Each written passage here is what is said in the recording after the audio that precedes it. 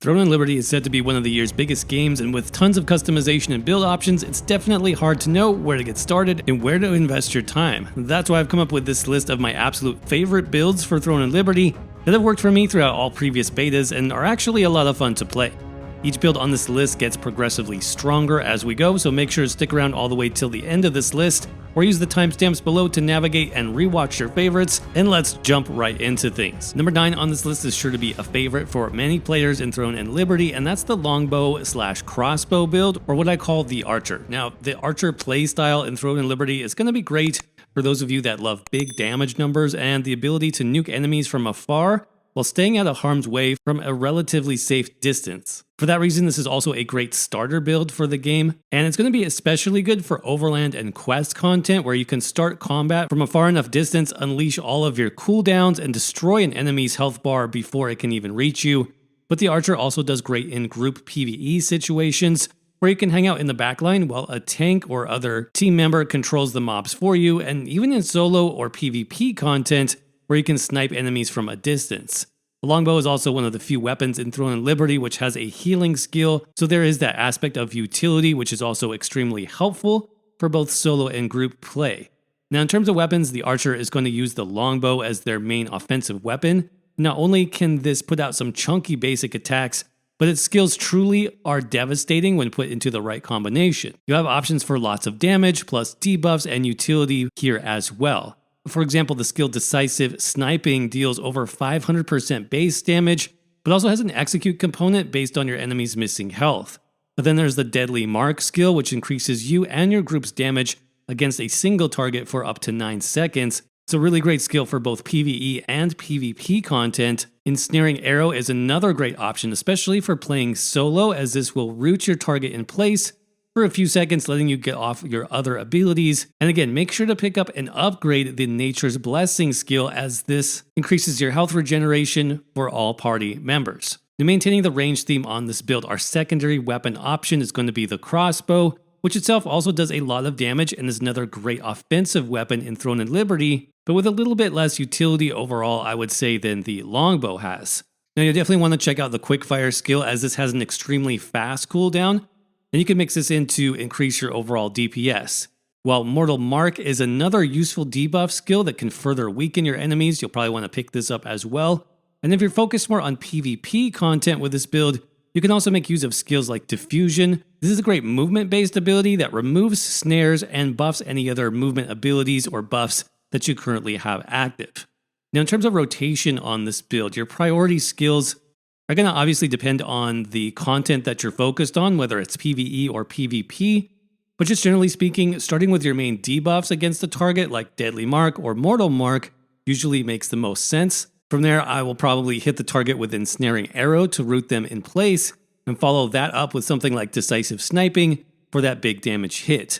You can then kite away while doing damage with your other abilities or basic attacks, and then use Nature's Blessing if you took any damage and you need to heal up. In terms of stat point allocation, I found the best start was to really focus on dexterity for this build at the beginning to maximize those critical hits and overall damage, and then eventually work in some perception as well to improve accuracy, as well as crowd control and buff duration. But as I said, the Longbow and Crossbow combo is going to be a really great option if you like that max range assassin style of gameplay, but there are a few downsides to consider. I will say that your biggest damaging skills obviously have the longest cooldown, so if you don't manage to kill a target outright before they get to you, you might need to wait a bit or kite around until those cooldowns refresh, because you cannot stand your ground as well as some other weapon combos in this game. Also, some abilities like your Snipe actually do have a cast time, which means you can't be mobile 100% of the time. You'll have to be strategic instead, especially in PvP, to find those openings to land your biggest shots. Number 8 on our list is the Greatsword / Dagger combo build that I like to call the Brawler. Now, this build's playstyle is 100% the opposite of the Archer build that we saw previously, and that's up close in your face, brutal melee damage. You're going to love this build if you enjoy being in the thick of combat, slashing your enemy with your powerful Greatsword while also ripping them to shreds with your daggers, and you even have some group utility when it comes to buffs and debuffs.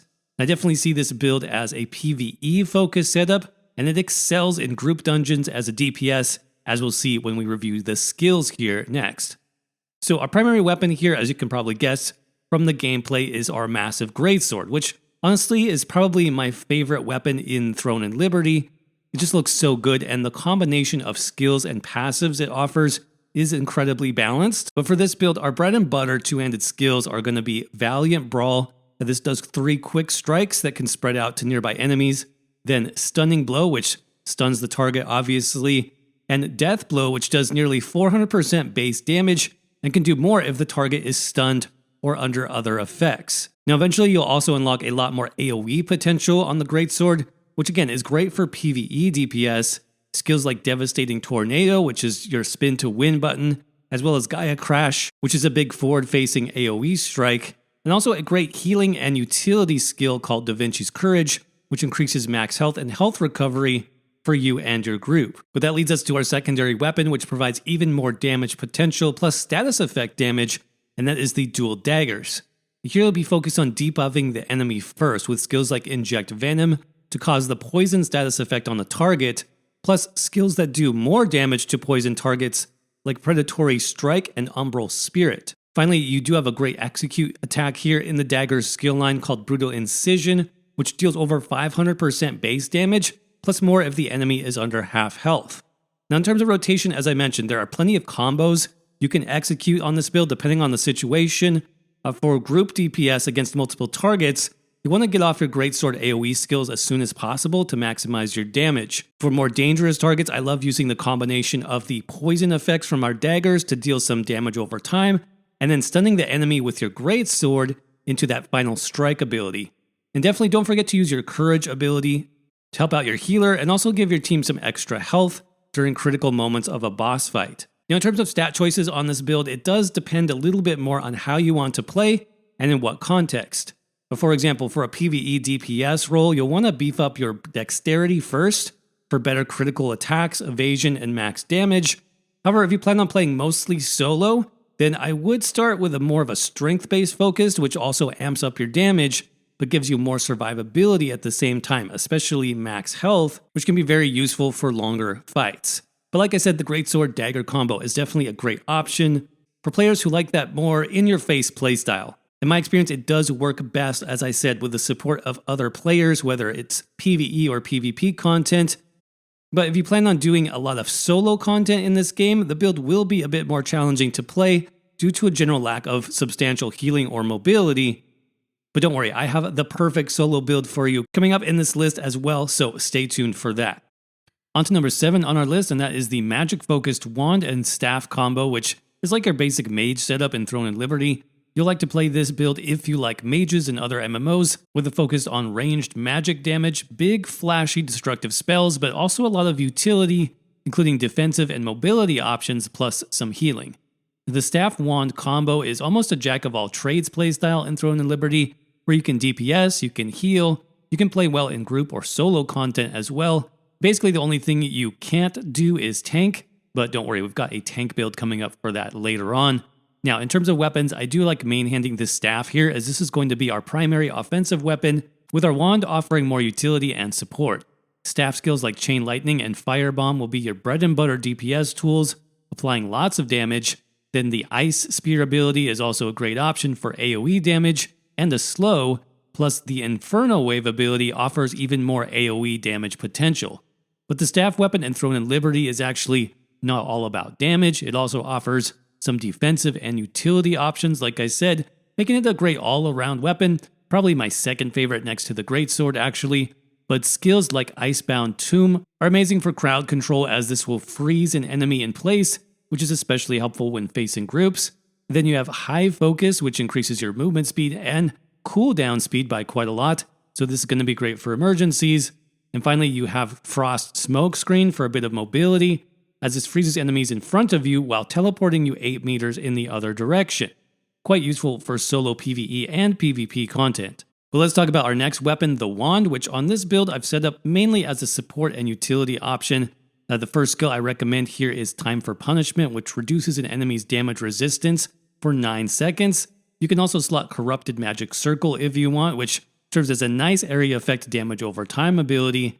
And then with whatever slots you have left, you can definitely include a heal or two, One of my favorites I've found is Fountain of Life, which is a heal over time ability that also heals in an area. So you can use this for both solo and group content. Now, in terms of rotation, this build does function pretty similar to the Archer setup that we showcased earlier. Well, you'll want to apply any debuffs or curses first, including the punishment skill from the wand to reduce enemy armor, then immediately hit the enemy with Firebomb to apply the burning status effect, and this is because several of your other staff abilities are going to deal bonus damage to burning targets.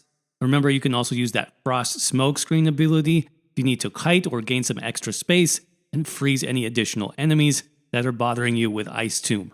Now, in terms of where to start your stats, I do recommend you put points into Wisdom for this build, as that's going to increase your mana pool, your mana recovery, and also speed up your cooldowns, which will help you stay more active in combat. You can also dive into Dexterity later on, which affects your critical attacks and maximum damage. But overall, the Mage build in Throne and Liberty is going to be a great choice for both solo and group content. And it can even hold its own in PvP, though I think there is a better choice that makes use of the staff in PvP combat, which we'll see in just a few minutes on this list. But before we get to some more PvP focused builds, I definitely want to dive into group content options next, which brings us to build number 6 on this list, and that is the Sword and Shield / Greatsword combo tank build. Now, to be clear, there are going to be multiple ways that you can tank in Throne and Liberty and several different weapon loadouts, but in my experience, combining these two weapons seems to be the most effective, and you'll see why here when we talk about the skills that you have access to. But obviously, we're going to start with the Sword and Shield as our primary weapon. That's for the simple reason that it gives you the most effective block in the game. Now, I haven't talked much about defensive skills in this video. Every weapon does have a defensive option, whether it's a block or a dodge or something like that. But the Sword and Shield defensive skill is actually pretty overpowered, and that's because this skill heals you back each time you block an enemy's Fury attack. That's those purple circle attacks that you see on screen sometimes in Throne and Liberty. And as a tank fighting against multiple enemies, you'll often get the opportunity to block, 3 or 4 Fury attacks in a row, each one coming from different sources. And each time, like I said, you're getting healed. So you could basically get healed, to full if more enemies attack you, which is pretty insane. So make sure you do practice using that skill. But in terms of the other weapon abilities for Sword and Shield, they're all really good and they feel impactful in combat. And I like how many of them also serve as taunt skills as well. You can use the shield throw, for example, which is an AoE skill, and any enemy you hit will increase its hatred towards you. So this is great to actually start combat with. Then you've got Shield Strike, which is a basic single target attack and taunt. So this can be good for pulling enemies off of a weaker ally and getting their attention. Then you also have a straight up AoE taunt, which is going to be great when you're facing big packs of enemies all at once to help you control the fight. This is called Provoking Roar. And if things are looking really bad, skills like Stalwart Bastion increase you and your party's defensive stats for 9 seconds, so that's a good option as well. But as I mentioned earlier, I do really like pairing the Greatsword with this build, both for a bit of extra damage, but also utility. Specifically, skills like Da Vinci's Courage help add to your group's support role, increasing everyone's health and their health recovery. Then you have Stunning Blow, which is an easy single target stun to help with crowd control. Then you have skills like Wheel Breaker, which is a AoE debuff that decreases all enemy resistances by a massive amount. And you can even absorb damage from another team member using the skill called Blood Devotion. So yeah, the utility here is off the charts in my opinion, and it's also just an awesome look carrying around that big greatsword into combat, so there's that too. Now, I will say that tanks don't really have a specific rotation in Throne and Liberty, as it's pretty situational. From my experience, though, you'll want to conserve your taunts and space them out during the fight as best as you can, and that's going to be your main strategy here because of cooldowns. You definitely don't want to burn through all of your taunts at the beginning of the fight, and then you have to wait, another 30 seconds through some cooldowns to get them back while your group is getting beaten on. But in terms of stat allocation, it's really simple. The best route to go here first is going to be to max out your strength. And that's because strength doesn't just increase damage in Throne and Liberty, it also increases maximum health, which is the main stat. Obviously, you're going to want to absorb those enemy hits like a champ. But once you do max out strength, you'll actually want to start prioritizing wisdom next, as this is what can help you reduce your cooldown significantly, as well as your magic regeneration. And both of those will help you stay more active in combat instead of waiting around. But overall, the Sword and Shield Greatsword combo is my favorite way to tank in this game. It's very good at getting the job done. Yes, you will do a little bit less damage overall, and leveling up solo or questing may be slightly slower because of that. But if you plan on spending most of your time in groups and you want to make the most difference to your team's success, then this is going to be a great build for you. But speaking of group roles, that brings us to build number 5 on this list, which is the Wand and Staff combo, which is focused on being a healer. Now, this is going to be different from the Mage build we saw earlier because even though the weapon choices are the same, we're going to lean much more heavily into the Wand side of the skill tree this time to focus on heals and utility for group content. Now, this build is going to be great for you if you enjoy playing that support role, keeping everyone alive in combat and doing their best. Just like a good tank, a good healer can make a huge difference in this game, especially in some of the harder PvE dungeon content. The primary weapon here will be our wand, and like I said, this weapon is great for healers, and it's pretty much required because it gives you multiple healing skills, including burst heals, AoE healing, and some healing over time. It is a must-have for sure. For example, the skill Swift Healing is going to be your bread and butter on-demand heal with the fastest cooldown. This is single target, and you also need to manually target the right person, so make sure to do that carefully so that you don't waste it. Then you have Clay's Salvation, which is a very powerful AoE burst heal, but this one has a long cooldown, so you want to save it for when you need it the most. And then you have Fountain of Life, which I mentioned in the Mage build. This one is ground-based, so typically it works best when you cast it at the feet of a boss or an elite enemy, so it can heal all your melee teammates in range. But the wand, as we know, is not just healing. There's some good utility here as well. Skills like Cursed Nightmare, which is a sleep effect, can be useful, for example, if you want to also help out your group with some extra crowd control. Now, when you get to the staff here, that is going to be our secondary or support. And there's lots of different ways you can go with this depending on the content that you're doing and group composition. Now, obviously, you'll want to go primarily support, so skills like High Focus, again, can help you be more effective and get more heals out in emergencies. You can also pair this with another skill called Inner Peace, which increases your mana recovery by 600%. So if you burn through your mana reserves, it's pretty easy to recoup that and go back to full using that skill. But for easier content, you may just want to help out your group by dealing more damage. So skills like Chain Lightning, Firebomb, and Ice Spear also have a place on your skill bar in the right circumstances. Now in terms of rotation, just like the tank build, there's not really a set rotation. For the healer in Throne and Liberty, there's not a lot of buff effects that need to be maintained. It's really more about spot healing and burst healing when your team takes damage. You'll be using Swift Healing the most because that has the shortest cooldown, like I said, and then saving those larger burst heals and AoE heals for emergencies. Now, in terms of stat distribution, I would play this build very close to the Mage by prioritizing your Wisdom stat first for the extra mana, the mana recovery, and the cooldown reductions. And once maxing out your Wisdom, you can focus on Dexterity next if you'd like to push out more damage with your spells, plus some better evasion. But all in all, this build is amazing at one central thing, and that's keeping yourself and others in your group alive. So if that sounds good to you and you want to play that critical role in group content of being a healer in Throne and Liberty, then I definitely recommend this setup. Build number 4 on our list combines two of my favorite weapons, the Greatsword and the Longbow, for a build I like to call the Ranger. Now, this build is going to focus on open world gameplay, questing, and soloing, and it feels like a jack-of-all-trades adventure-style character. Think Strider from The Lord of the Rings. This build will be perfect for you if you want your character to be equally powerful from both long range and melee distances, and if you want to be self-reliant because we do have some solid healing options as well with both of our weapons. Speaking of which, our first weapon, the Greatsword, as you know already, is one of my favorites in Throne and Liberty, and it fits perfectly with this build, especially with its focus on solo play and survivability. And one skill I haven't mentioned yet is Precision Dash. This is a handy gap closer ability that you can utilize after hitting enemies with some powerful bow shots from long range and really makes this build feel fluid and smooth. Of course, we'll also use the typical Stunning Blow and Death Blow skills for stuns and damage, plus skills like Gaia Crash when needed for some extra AoE damage.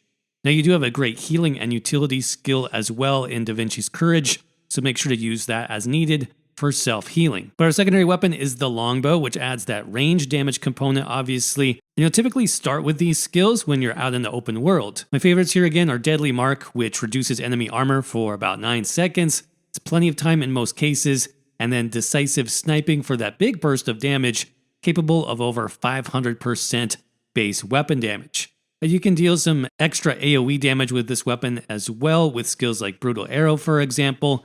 And then of course, Ensnaring Arrow can be great for tougher monsters that you need to kite so you take less damage. But also don't forget that the Longbow also has its own healing and recovery skill called Nature's Blessing.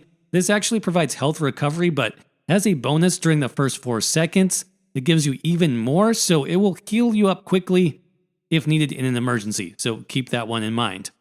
Now in terms of the overall rotation for the Ranger setup, you obviously will want to start from maximum range with your Longbow, as this gives you plenty of time to knock an enemy's health down to half or even less when combining your mark and your snipe skills together. Then as the enemy approaches, you could switch over to your Greatsword, gap close into the target with that precision dash skill, follow that up with a quick stun from Stunning Blow and then into Death Blow to hopefully finish them off.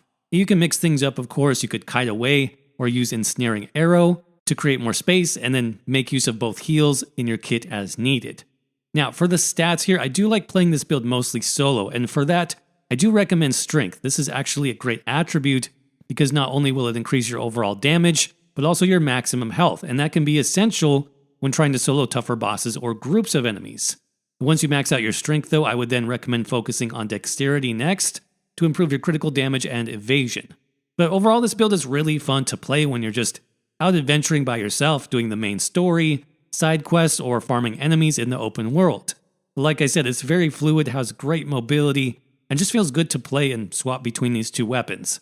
Now, it will not perform quite as well as other builds on this list in terms of PvE group content, things like dungeons, simply because some of the passives for the Longbow improve your overall damage based on your maximum distance from the target, and those will obviously be less useful when using the Greatsword. But for soloing, it does completely work, since you can start combat from max range, do all of your bow damage first, and then move into melee range to quickly finish off your target. Okay, top 3 time, and now we're getting into the best of the best. These are by far the most interesting and fun to play builds that I've tested so far in Throne and Liberty, starting out with this Greatsword/Staff combo build that plays like a battle mage. So this is going to be amazing for those of you that like being in the thick of combat but want to use magic at the same time, basically hacking and slashing with your sword while burning enemies to a crisp or freezing them in place with your staff. Battle Mage is also really flexible, and it can do well both for PvE and PvP combat in solo play or groups.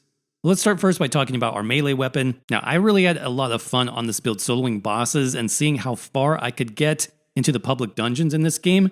So in that regard, having our main weapon be a bit more defensive, in this case the Sword and Shield, really worked out the best. Since our support weapon, the Staff, does not have any healing in this case, the Sword and Shield defensive skill, which we talked about earlier, does help a ton for this build when soloing, especially in terms of our survivability. Remember that any fury attack you block using the Sword and Shield gives you a heal back, which is super helpful. But in terms of our other main abilities here, Strategic Rush is going to be a great gap closer that also stuns the target. We've got the usual Shield Strike and Shield Throw on the bar as well, plus Annihilating Strike actually can do some great AoE damage. But most of our firepower literally comes from our secondary weapon on this build, which is the Staff, where we'll get tons more offensive capability plus some utility. Here I like to use both of our fire skills, Fire Bomb and Inferno Wave, plus Ice Spear for the extra AoE and slow. Eventually more advanced skills like Judgment Lightning and Inferno Meteor only make this build more deadly, plus a great utility spell you'll want to have on your bar as well, especially for soloing multiple enemies at once, is that Icebound Tomb skill, that these can freeze those enemies in place to take them out of the fight. And in terms of the rotation on this build, it's actually a bit complex.